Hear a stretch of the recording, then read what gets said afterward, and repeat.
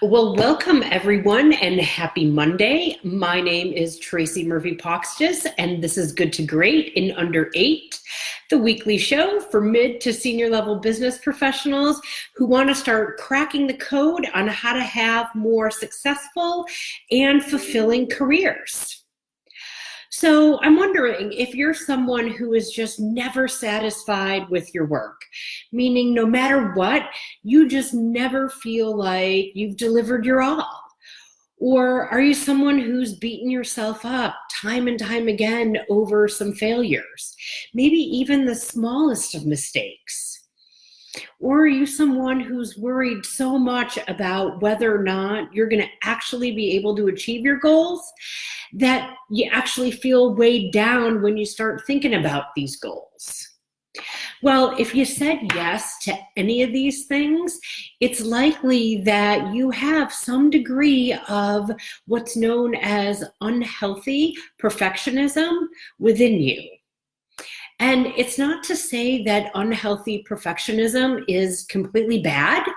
However, it is something that if it continues and it grows, at some point, it will likely impede you from achieving your overall career goals. So let me start by just talking a little bit about what unhealthy perfectionism is. And it's actually characterized by three things. First, it's about having an excessive preoccupation with control and past mistakes. It's also about having a lot of doubt as to whether or not you're doing something right. And it's also characterized a lot by being overly concerned about meeting your own high expectations or meeting the expectations of other people. So for example, someone with unhealthy perfectionism might be somebody who might get sick to their stomach right before a big presentation because they're so worried that their presentation isn't going to deliver on the audience's expectation. And they get themselves so sick that by the time they actually deliver their presentation, maybe they didn't deliver the best one possible. Another example might be somebody who decides not to apply for a promotion because they don't believe they've truly earned it. Instead, they believe, that the work that they've done just wasn't really good enough to get them promoted. It wasn't at that high enough level. Now, maybe you haven't experienced any of these type of situations or these characteristics, but what I can tell you is that if you continue to operate with these types of characteristics over an extended period of time, it inevitably is going to lead to really, really high levels of stress and anxiety. And at some point, it can really start impacting your own degree of self-worth. And so all of those things together are really going to work against you when you're trying to create a successful and truly fulfilling career. So it obviously raises the question, what do we do about it? And there are several tools available to help with reducing the unhealthy perfectionism tendencies.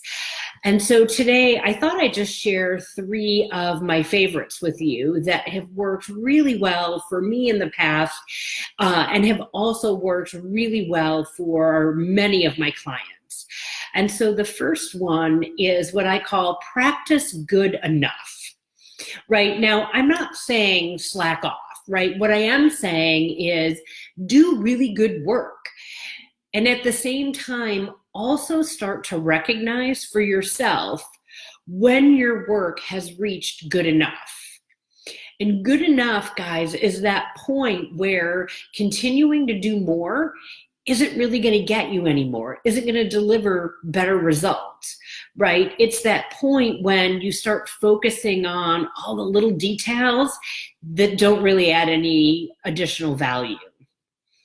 And so finding that point isn't easy, but if you start paying attention and being more mindful of that point, and you're willing to try a little bit of trial and error, you will find that point. And then the second tool that I'm a strong proponent of is to stop thinking in terms of mistakes and really start practicing some self-compassion and start thinking with more of a growth mindset.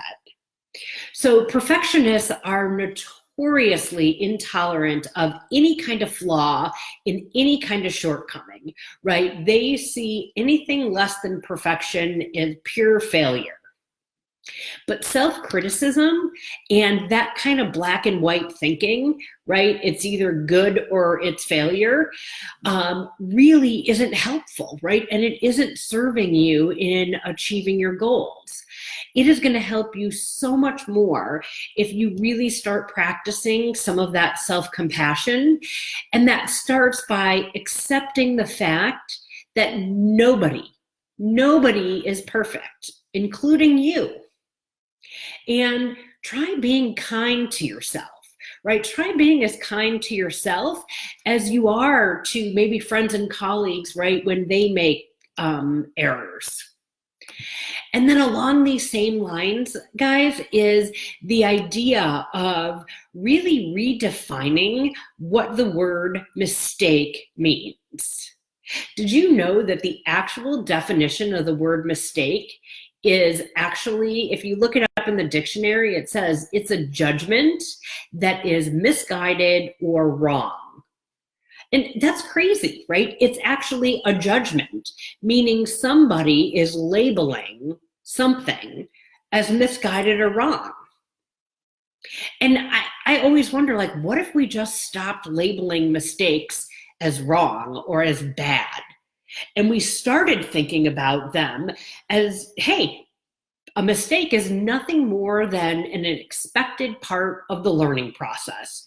And it's something that has to happen in order for us to achieve our goals, right? To me, that's going to help us really move ourselves forward and let us focus on the positive aspects of what we've learned. And then the last tool, and one of my favorite tools, guys, is not to define yourself by your accomplishments. So you are not what you accomplish. You are who you are because of what you are at your core. So starting to really recognize that your value is not dependent on what you accomplish, but it's rather based on who you are as a person is going to go a long way. Because if you base it on your accomplishments, you're just always going to try and achieve more and more and more and more, and you're never going to be happy with who you are. So today, guys, I hope you've become a little bit more aware around what unhealthy perfectionism is, that it does exist, and that it absolutely can be managed, and that there's lots of tools out there to do it. And so if this is something that's popping up for you and you want some help, definitely reach out to me. Shoot me an email at tracy@tracymurphycoaching.com, and we will get a conversation started. So that's it for today, guys. I will see you next time.